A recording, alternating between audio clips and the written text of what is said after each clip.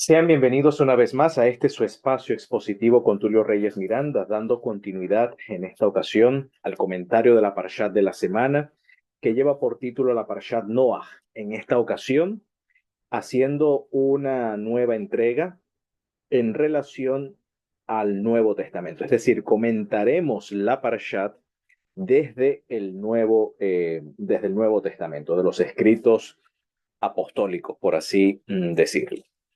Bien, ante varios días o bastante tiempo de ausencia, bueno, por motivos familiares, motivos personales, y ya que dispongo de un tiempo libre para poder reiniciar en crear este contenido para todos ustedes, bueno, vamos a iniciar entonces el comentario de esta porción o este estudio de esta porción eh, analizando este pasuk que se encuentra en la segunda epístola de Pedro, segunda carta o segunda epístola de Pedro en el capítulo 2 verso 5.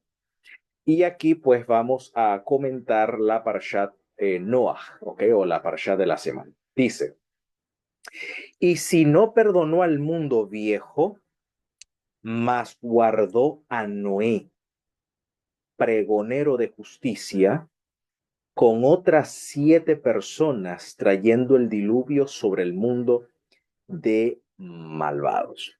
Aquí nosotros vamos a comentar una mala traducción eh, que tiene este versículo, donde vamos a tratar en realidad el tema que lleva por título Noé, el octavo pasajero.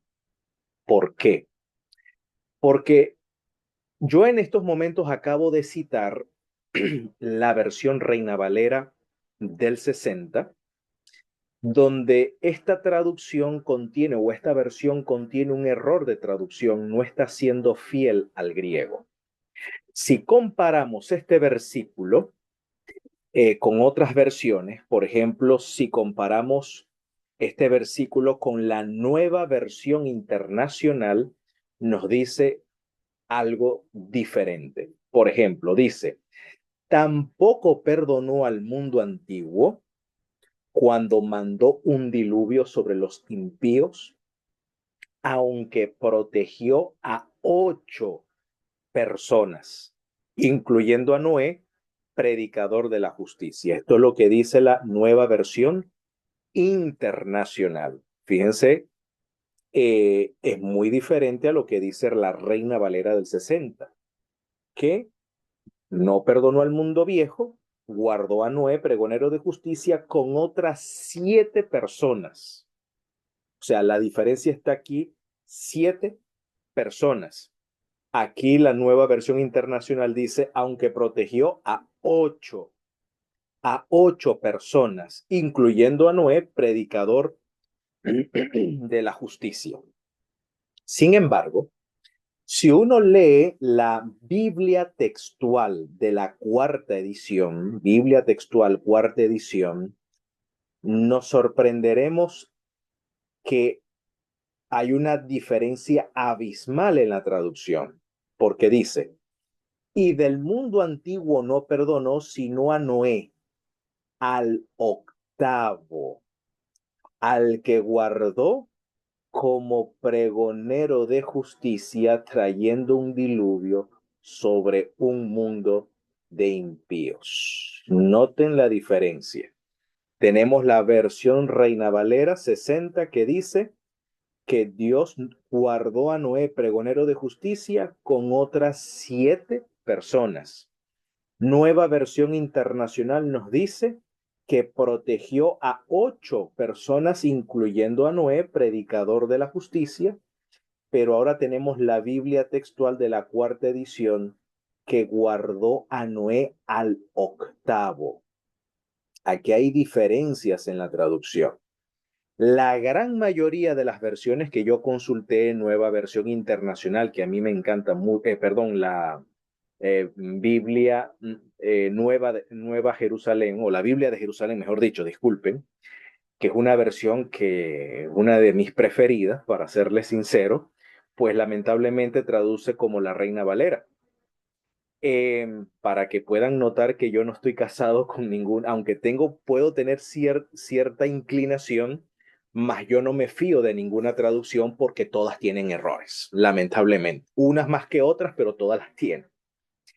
Ok, a pesar de que yo recomiendo a la Biblia de Jerusalén como una muy buena versión. Dios habla hoy también. Traducción viviente también. Traducen igual que Reina Valera 60, 7 personas. Pero la nueva versión internacional traduce 8 personas. La Biblia de los Testigos a Nuevo Mundo también dice 7 personas. Pero la Biblia textual de la cuarta edición, no revisé las otras ediciones, revisé la más reciente, dice al octavo. O sea, Dios guardó a Noé al octavo. Así dice la Biblia textual. ¿Ok? Ahora, leyendo la interlineal de la Septuaginta, que es un texto que trata de ser lo más fiel al griego, traduce muy parecido a la Biblia textual de la cuarta edición cuando dice, y al antiguo mundo no perdonó, sino que al octavo Noé de justicia heraldo guardó un cataclismo sobre un mundo de impíos trayendo. Así dice la interlineal eh, de la Septuaginta, digamos, de la versión electrónica Biblia Todo. ¿Ok? Yo consulté la versión electrónica Biblia Todo, el interlineal de la Septuaginta, en este caso del Nuevo Testamento, y allí se respeta, o mejor dicho, se menciona esta expresión al octavo. ¿Ok? Eh, número ordinal, por así decir, o número cardinal. Muy bien, vamos a ver qué es lo que nos dice en realidad el griego. Y aquí el griego pone fin a toda discusión en cuanto a estas diferencias de versiones. ¿Ok? Dice, kai archaiku cosmo, es decir, y al mundo viejo o al mundo antiguo, uk efeisato no soltó o no perdonó, no disculpó, no dejó ir del juicio en este caso, ¿no? Se sobreentiende. Uk afeisato, o sea, no dejó suelto, sino que al octavo, alon ogdon, esto en griego significa octavo, porque 8 en griego se dice octo, ¿ok? Que aparece en la primera epístola de Pedro cuando habla de que el Señor salvó a 8 por medio del agua, ¿ok? Donde representa este diluvio como a la tevilá o a la inmersión en agua que ahora, por la cual aspiramos a una limpia conciencia, ¿no? Así que hay una diferencia entre octo y octón, ¿ok? Octón es número cardinal, que quiere decir números cardinales son primero, segundo, tercero, cuarto, quinto, sexto, séptimo, octavo, números ordinales 1, 2, 3, 4, 5, 6, 7, 8. ¿Ok? Entonces, no dice el griego octo para decir 8, sino octón, al octavo, es decir, a Noé. Dice dikaiosinis keruka, es decir, heraldo de la justicia, ¿ok? Eh, Sino que al octavo, a Noé, heraldo de la justicia, salvó, trayendo el cataclismo sobre un mundo impío, ¿ok? Cataclismo. Cataclismo es lo que se traduce como diluvio. Cosmon acebón, es decir, a un mundo impío, pasas, trayendo. Es decir, que esta versión griega traduce tal cual en el mismo orden como está en el griego. ¿ok? Al antiguo mundo no perdonó, o al mundo, al antiguo mundo, arcaico cosmón, al antiguo mundo no soltó, no dejó ir, sino que al octavo, a Noé, heraldo de la justicia, salvó del cataclismo sobre un mundo de impíos. ¿Ok? Trayendo un cataclismo sobre un mundo de impíos. Esa es la traducción. Así que la palabra en realidad es que Noé es el octavo en el orden. Esto es interesante.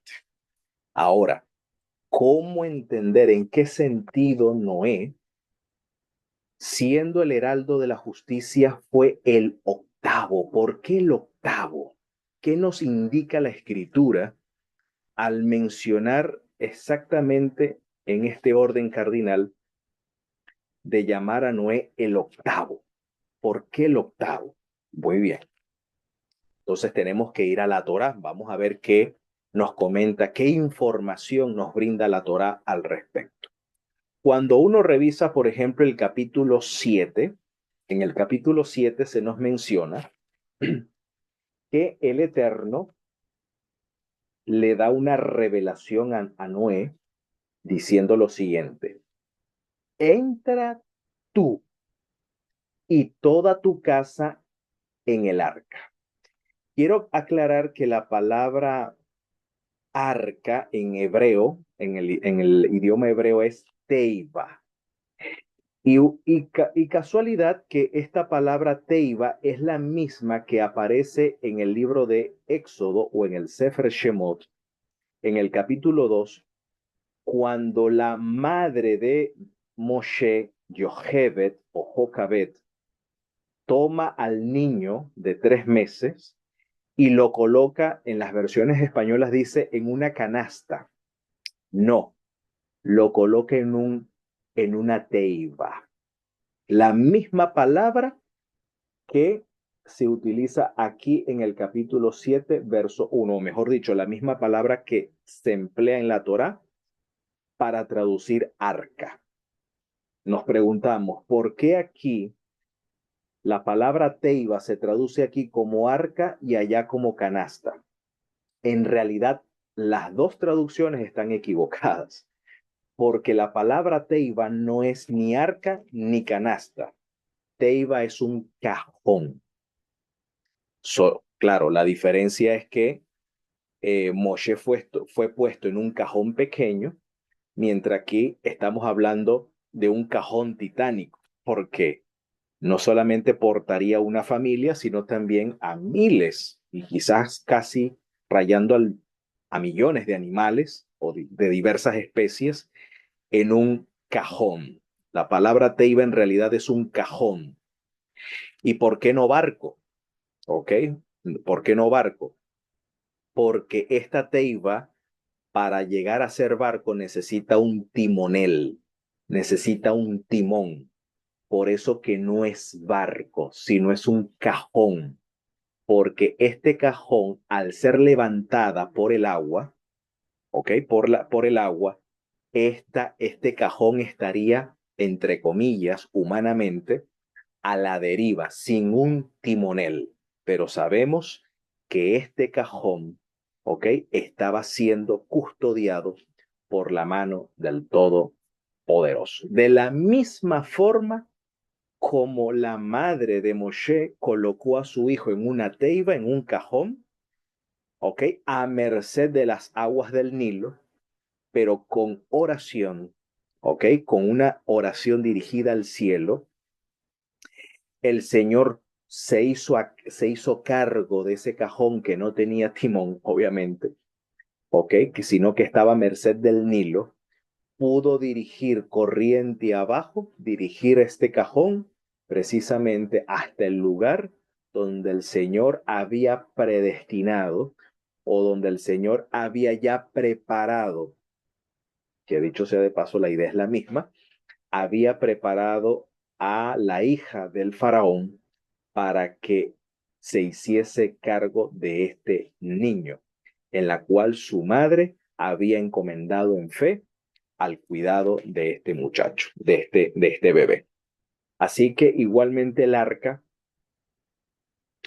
o mejor dicho, esta teiba, este cajón, tendría ese mismo propósito. Es decir, no tendrías un timonel, sino que prácticamente estaría totalmente al cuidado del Eterno dentro de las turbulentas, a merced de las turbulentas aguas, pero que en realidad la supervisión del Eterno estaría sobre este gran cajón. Así que entonces el texto dice, entra tú y toda tu casa en la teiba, vamos a decirlo así, utilizando la palabra hebrea, utilizando esta expresión, entra en esta teiba, en este gran cajón, porque a ti he visto justificado, ¿okay? A ti he visto como sadik, como justificado delante de mí en esta generación.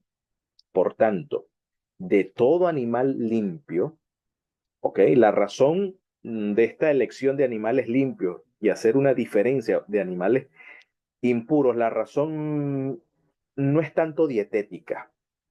O sea, la razón no es dietética, la razón es más escúltica, porque los animales limpios eran utilizados para el sacrificio. Dicho sea de paso, tan pronto como culmina el diluvio y las aguas, eh, digamos, son secadas y la teiba se detiene en tierra seca, y sale Noah y su familia y los animales inmediatamente en agradecimiento. Noah ofrece un olá, un sacrificio de elevación, un holocausto de la especie de animales limpios, obviamente. ¿Ok? Entonces, esta distinción de animales limpios e impuros es por una razón netamente cúltica, en primer lugar. ¿Ok? No es tanto lo dietético, si se puede o no comer, porque ya la instrucción de comer animales, ya esta instrucción se da en Génesis 9, mucho más adelante. Así que el criterio aquí de diferenciar limpio e impuro no es por consumo, sino más que todo eh, por una razón culta. Entonces, de todo animal puro, te tomarás de 7 en 7, macho y su hembra, más de los animales que no son puros, 2, es decir, macho y su hembra, es decir, 2 pares, o un par, mejor dicho, un par, o 2 pares, perdón, 2 pares, y de los animales puros que son destinados para el sacrificio, que es animales de corral, 7 pares, ¿ok? De macho y hembra. También de las aves de los cielos, 7 en 7, macho y hembra, para guardar en vida la casta o la especie sobre el rostro o la superficie, la faz, en este caso, pene haaretz o penet harama, es la superficie de toda la tierra. Pero noten algo. Luego el texto dice, porque pasado aún 7 días, yo haré llover sobre la tierra 40 días y 40 noches. Quiere decir que esta instrucción que estamos leyendo aquí en el capítulo 7, verso 1, se dio en el 10.º día del segundo mes, porque las aguas del diluvio descienden en el 17.º día, es decir, el día 17 del segundo mes, a los 600 años de la vida de Noé, que ya más adelante leeremos. Por lo tanto, esta instrucción se dio en el 10.º día del segundo mes, y el diluvio iniciaría, o la lluvia caería, al 7.º día, es decir, el día 17, porque dice, porque pasado aún 7 días, yo haré llover sobre la tierra 40 días y 40 noches, y raeré toda sustancia que hice sobre la faz de la tierra. Y noten, e hizo Noé conforme a todo lo que le mandó el Eterno. ¿Ok? Hasta aquí, versículos 1 al 5. Ahora vamos a leer los siguientes versículos. Siendo Noé de 600 años, el diluvio de las aguas fue sobre la tierra. Y vino Noé. En el hebreo, el verbo venir también significa entrar. ¿Ok? Y entró Noé. ¿Ok? En realidad diría el hebreo. ¿Ok? Y entró Noé, o vino Noé. ¿Ok? Y sus hijos, y su mujer. ¿Ok? y las mujeres de sus hijos con él en la teiba, en la teiba, es decir, en el cajón. Pero noten esta nota que dice la Torá, por las aguas del diluvio. Es decir, según el pasuk número 7, la razón por la cual Noah y sus hijos y su mujer y las mujeres de sus hijos, es decir, sus nueras, entran en la teiba fue por causa de las aguas del diluvio. Es decir, que seguramente Noah finalmente entra en el arca cuando la lluvia cae. Antes no, ¿ok? Antes no. Quiere decir que Noah no entra al arca en el 10º día, sino en el 17º día, es decir, a los 17 días del segundo mes. ¿Ok? Es que entra al arca, porque aquí en el verso 7 dice que Noé entra por causa de las aguas del diluvio. ¿Ok? Y sobre este punto hay un debate rabínico que ya vamos a analizar. Hay un debate interesante.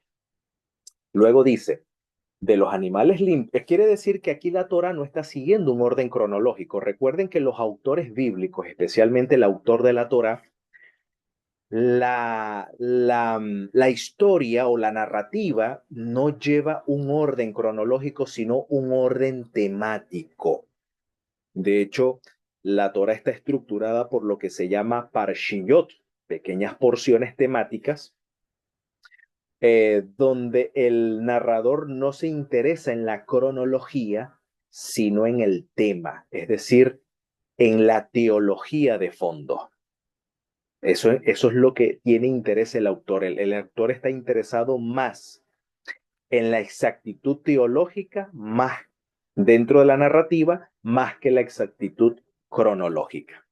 Por eso hay un principio rabínico que dice que no hay antes ni después en la Torah. Muchas veces la narrativa no sigue en la Torah un orden cronológico. ¿Ok? Entonces le toca al lector tener que organizar, en este caso, los eventos. Pero lo que nos dice el verso 7 es que Noé y sus hijos y su mujer y las mujeres de sus hijos entran en el arca cuando comienza a llover, es decir, por motivo de las aguas del diluvio. Y sobre esto hay un debate rabínico.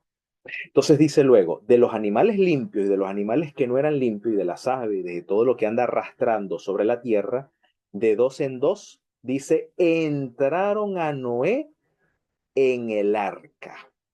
O sea, entraron o vinieron a Noé. Es decir, los animales vinieron a Noé y Noé se encarga entonces de distribuirlos dentro del arca. ¿Ok? Los distribuye dentro del arca, macho y hembra, ¿ok? Respetando el orden que menciona Génesis 1:27, ¿ok? Primero el macho, Sahor Benekeba, así dice en hebreo, o sea, macho y hembra, como mandó el Señor a Noé, o como mandó Dios a Noé. Y sucedió que al 7º día las aguas del diluvio fueron sobre la tierra. ¿Ok? Entonces, sobre este pasuk, aquí hay un debate. Aquí hay un debate, porque la instrucción dada a Noé de entrar en la teiba fue en el día 10, pero el diluvio cae pasados 7 días. ¿En qué fecha entran los animales al arca? O esta clasificación de animales entran a la teiba, mejor dicho, a esta barca o a este gran cajón, mejor dicho. ¿En qué momento entran? Porque el diluvio, como menciona aquí, comienza a darse es al 7º día. Pero según el Pasuk 7, la razón por la que Noah y sus hijos y su mujer entran a la teiba es por motivo de las aguas del diluvio. Entonces aquí hay un debate, fíjense.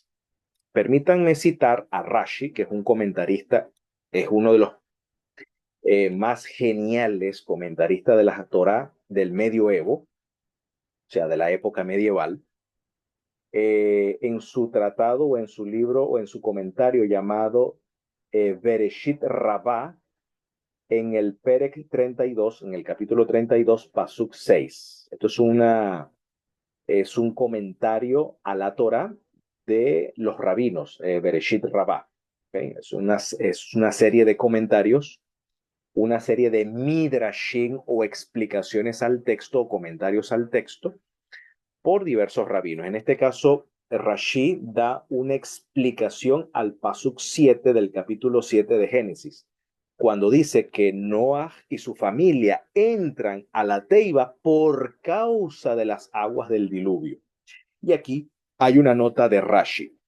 Rashi, sobre este punto hay un debate muy interesante, que si uno no leyera, si yo no leyera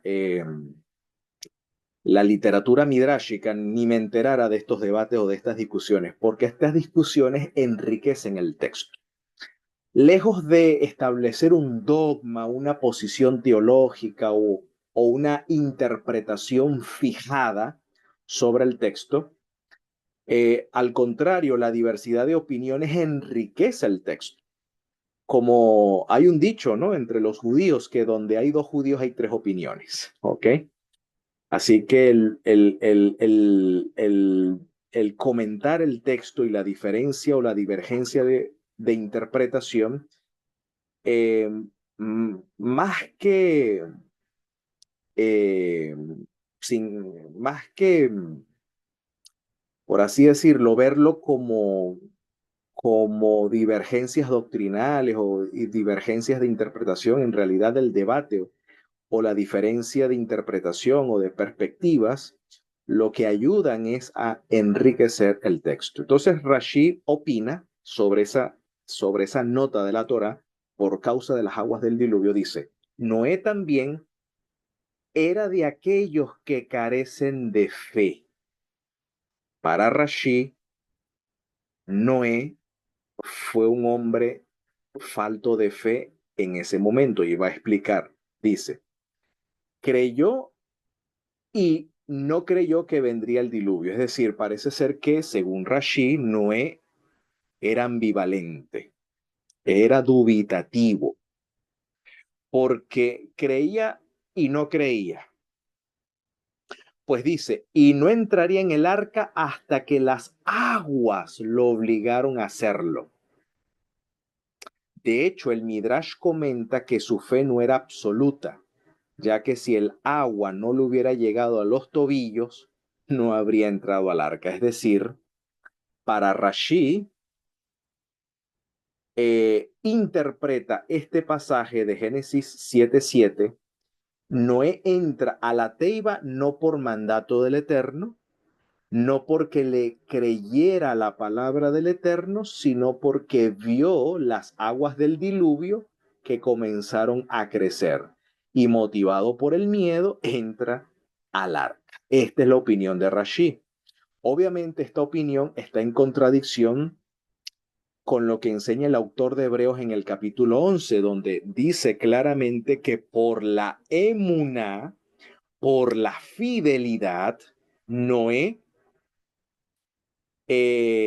siendo advertido por la divinidad de las cosas que no se veían, preparó un arca, ¿ok? Con temor reverencial preparó un arca, preparó un cajón de madera gigantesco para que su familia, su casa se salvase.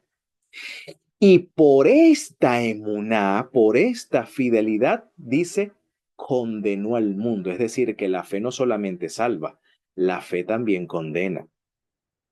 La fe a algunos salvas y la fe para otros significa condenación, según el autor de Hebreos. O sea, el autor de Hebreos menciona como virtud principal de Noah la emuná, la fe o la fidelidad. Así que bueno, pero Rashi interpretas, recuerden que Rashi, el Nuevo Testamento para Rashi es un judío, y por lo tanto el Nuevo Testamento para Rashi, mucho menos la homilía de Hebreos, no era reconocido por Rashi como como un escrito, un documento autoritativo en materia de fe.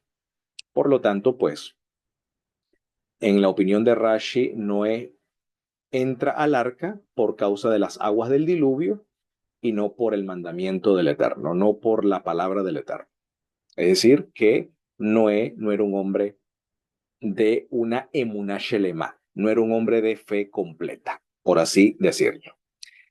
Según el libro de los secretos del Bereshit, el libro de Hizkuní, es un comentario cabalístico, místico de la Torah,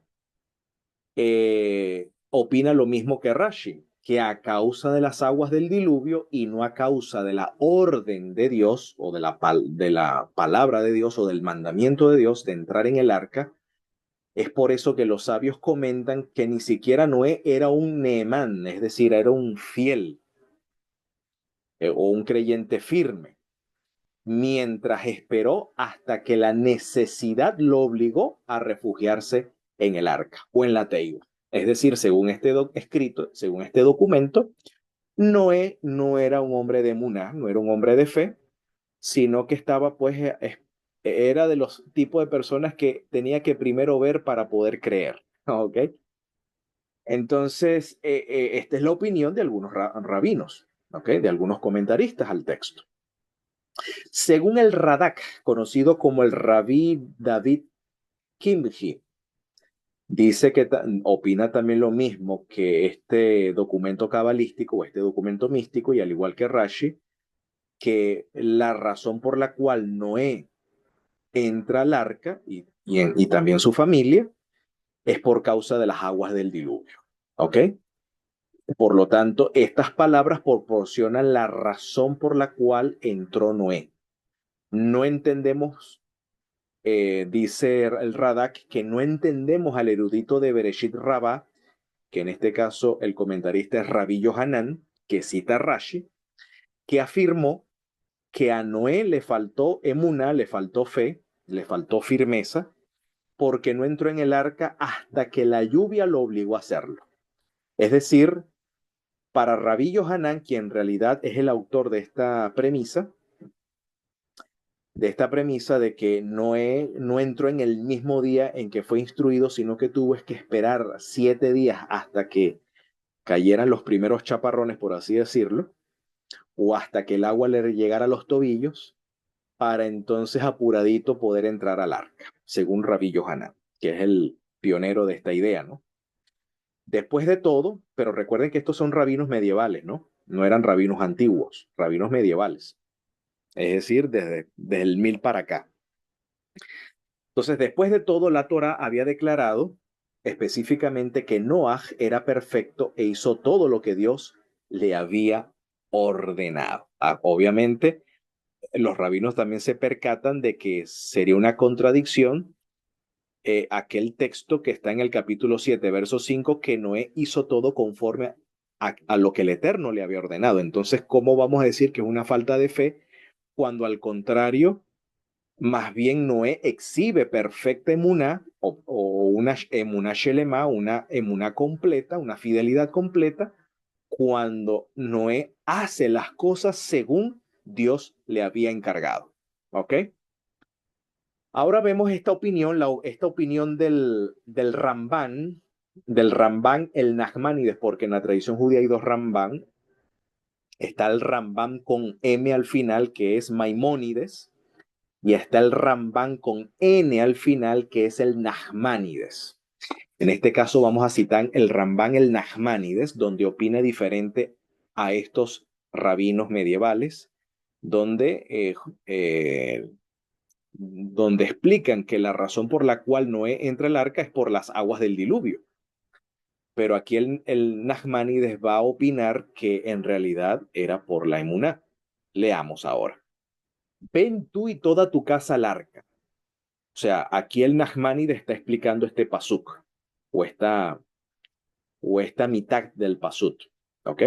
Dice, Noé construyó el arca muchos días antes del diluvio Y cuando llegó el momento del diluvio, noten esta nota, esta data, el 10º día del segundo mes, ya llega el momento del diluvio, nuevamente le ordenó que él y toda su casa entraran en el arca. Es decir, la instrucción divina, la orden divina vino para Noé el 10º día del segundo mes, ya cuando el arca estaba construida. Ya el arca estaba acabada, la teiba había sido ya construida, exactamente. Y dice luego, por eso le dijo al principio, tú y tus hijos y tu mujer y las mujeres de tus hijos contigo. Ya el Eterno había establecido un brit, un pacto, una alianza con Noé y su familia en el capítulo 6, verso 18. Es decir, un capítulo antes, ya el Eterno había establecido una alianza con Noé de que él, sus hijos, su mujer y las mujeres de sus hijos serían salvos del cataclismo por medio de la construcción de una teiba. Ya había una alianza, ¿ok? Ya de manera anticipada había una alianza. Eso lo explica el Nachmanides. De este modo le informó que solo por su mérito serán salvos, ya que él no dijo, bueno, esto es una opinión del Nachmanides, porque en la tradición rabínica hay una teología de cierta meritocracia, de que un sadik es el fundamento del mundo, es decir, un sadik, por el mérito de un sadik, las personas pueden ser salvas o pueden ser condenadas. Entonces, la casa de Noé se salva por el mérito de Noé, por la emuná de Noé, ¿ok? Según la opinión del Nachmanides. Por eso dice, a ustedes, es decir, el texto no dijo, no dice, a ustedes os he visto justo delante de mí. Es decir, que en la Torah no se menciona que la casa de Noé sea justo, sino a él. Porque efectivamente la Torah dice, a ti he visto sadik, he visto justificado delante de mí en esta generación. Por lo tanto, la justicia de Noah cubre, por así decirlo, al resto de la familia en opinión del Nachmanides, ¿ok? Esta es la opinión del Nachmanides. Más bien, yo soy de los que piensan que fue en realidad la gracia del Eterno alcanzó a estas personas debido a la emuná, como dice Efesios 2:8. Por gracia es que somos salvos mediante la emuná, mediante la exhibición de emuná o de firmeza ante esta gracia dada, porque ciertamente la gracia no procede de nosotros, sino que es un don de Dios, no por obras, para que nadie se gloríe. Ok, yo soy, en este caso, Paulino. Yo me suscribo a la tesis Paulina, que es la tesis misma del pacto. Ok, ya en el capítulo 6:18, el Eterno había ya establecido una alianza con, en este caso, con su generación. Pero entonces nos preguntamos, ¿pero por qué la Torá llama a Noé como el único justo delante de él en esa generación? Ah, porque Noé, como dice Pedro, la epístola, Noé era el heraldo de la justicia, era el vocero. ¿Ok? Lo demás seguramente no eran los protagonistas, ¿ok? De ser los voceros, sino Noé. ¿Ok? Era el heraldo de la justicia. Era el pregonero, el predicador de la justicia. ¿Ok? Por eso a él lo llama Sadik, ¿ok? Como el único Sadik delante de él en su generación. Ahora, obviamente, hubo otros voceros, estuvo, por ejemplo, su abuelo, en este caso, Matusalén, ¿ok? Noé también era profeta. La escritura lo llama Naví, lo llama profeta. Así que hubo otros voceros, pero para esa generación antes del diluvio justamente era Noé el único portavoz de la justicia que había quedado. Por eso a él se le llama Sadik. ¿Ok? Entonces luego dice, y mandó que tomara y trajera de los animales limpios y de las aves limpias 7 veces. Luego, noten esta nota del Nachmanides, y luego le informó del día del diluvio, en el cual debía entrar en el arca. Según el Nachmanides, Noé y su familia entran en el arca en el mismo día cuando cae el diluvio. No en el 10º día, sino el 17º día, es decir, el día 17 del segundo mes. Según la opinión del Nachmanides, en el 10º día recibe la instrucción de que entrara él y su casa y los animales seleccionados para entrar en el arca. Y en el 7º día, entonces, que descendería el diluvio, ellos podían entonces entrar de manera definitiva en el arca. Y Noé lo hizo porque ese mismo día entró Noé en el arca, es decir, en la teiba, según el verso 13. En el mismo día quiere decir el día 17 del segundo mes. Este es el significado del pasuk o del versículo, y Noé entró en la teiba a causa de las aguas del diluvio, que es precisamente lo que menciona el verso 7. Es decir, el Nachmanides entiende el orden cronológico de la siguiente manera. Noé recibe la instrucción el día 10 del segundo mes de entrar al arca, de reunir a los animales para que entren al arca, los animales aquí indicados, ¿ok? Pero que en definitiva Noé entraría al arca cuando cayera las aguas del diluvio, que sería el día 17 del segundo mes. Ahora, el Nachmanides hace una crítica a Rashi, pero Rashi escribió, note lo que aquí el Nachmanides dice, el Nachmanides le hace una crítica en la interpretación de Rashi, pero Rashi escribió, Noé también era uno de los que tienen poca fe y no entró en el arca hasta que las aguas lo obligaron a hacerlo. Palabras de Bereshit Rabá, a Noé le faltaba fe. Si el agua no le hubiese llegado a los tobillos, no había entrado en la teiba, es decir, no había entrado en el arca. Pero si es así, que diga que Noé no entró allí hasta que las aguas aumentaron mucho y cubrieron toda la faz de la tierra y vio que lo ahogaba.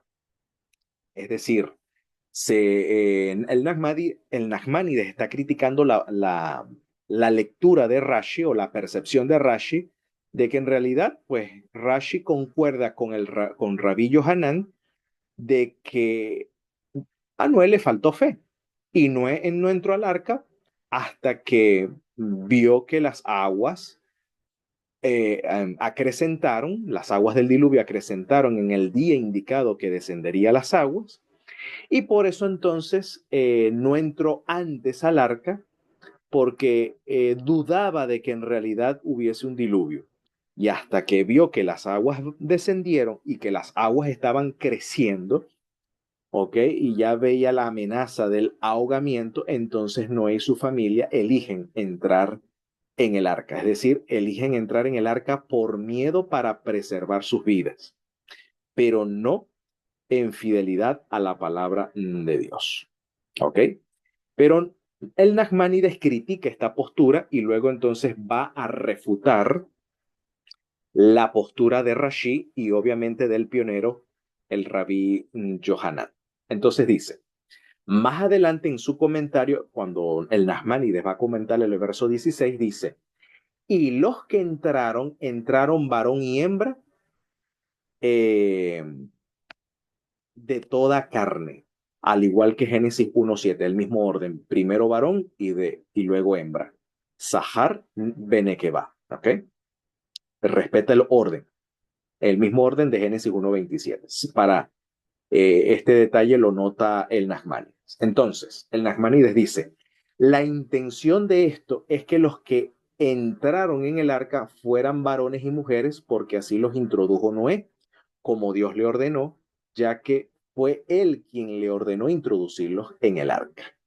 Pero la opinión del rabino Abraham Ibn Ezra ahora menciona a otro rabino, aparte de Rashi, ¿ok? Y aparte de Rabí Jonatán. Pero la opinión del rabino Abraham Ibn Ezra es que el versículo significa a causa del miedo a las aguas del diluvio, pero las palabras de Ibn Ezra no son correctas. Es decir, el Nachmanides está en desacuerdo que la razón por la que Noah entra en el diluvio es por el miedo a las aguas del diluvio. Entonces el Nachmanides refuta esa idea. Mira, Abraham Ibn Ezra está equivocado, no estoy de acuerdo con esa idea. Y ahora voy a dar mi razón por la cual opino diferente a Ibn Ezra y también opino diferente a Rashi. Más bien, dice, y Noé hizo conforme a todo lo que el Eterno le ordenó. Dice, generaliza todo el asunto. Es decir, ese versículo del capítulo 7, verso 5, cuando dice que Noé hizo conforme a todo lo que Dios le mandó, ese versículo es concluyente de que no es que a Noé le faltó fe, al contrario, Noé mostró fidelidad, que Noé hizo todo conforme a lo que el Eterno le mandó, es decir, al introducir a los animales en ese orden. Las 7 parejas de animales puros, macho y hembra, y las 2 parejas de animales no puros, ¿ok? No aptos para los sacrificios, no aptos para el culto al Eterno, varón y hembra. Por lo tanto, al Noé seguir esa instrucción, cumplió la palabra del Eterno. Entonces, ¿cómo explicamos que a causa del miedo o a causa de las aguas del diluvio, Noé y su familia entran a la teiba? Necesitamos explicar eso. Entonces, aquí el Nachmanides ofrece esta genial explicación. Dice, más bien, fíjense, más bien, mira lo que dice el Nachmanides, más bien esperó hasta el último momento. Quiere decir que Noé entra al arca de último. Es el último en el orden. ¿Por qué? Porque más bien esperó hasta el último momento para que nadie de su familia se quedara por fuera y quizás dar oportunidad a cualquier Sahar y Nekeba, es decir, a cualquier varón o a cualquier hembra que pudieran arrepentirse hasta el último momento. Esta opinión del Nachmanides es coherente con lo que Segunda de Pedro nos comunica, que Noé era el octavo en el orden de entrada a la teiba. Noé fue el último. ¿Por qué Noé fue el octavo?